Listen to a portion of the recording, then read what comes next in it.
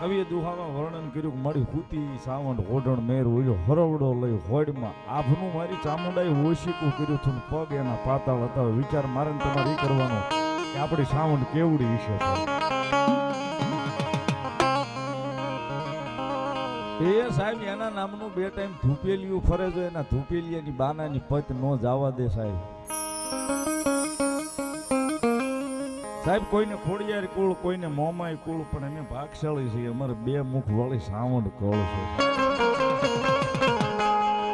અને વળી આ પાનેરાના પહાડે બેઠી 3 મુખે પાછી.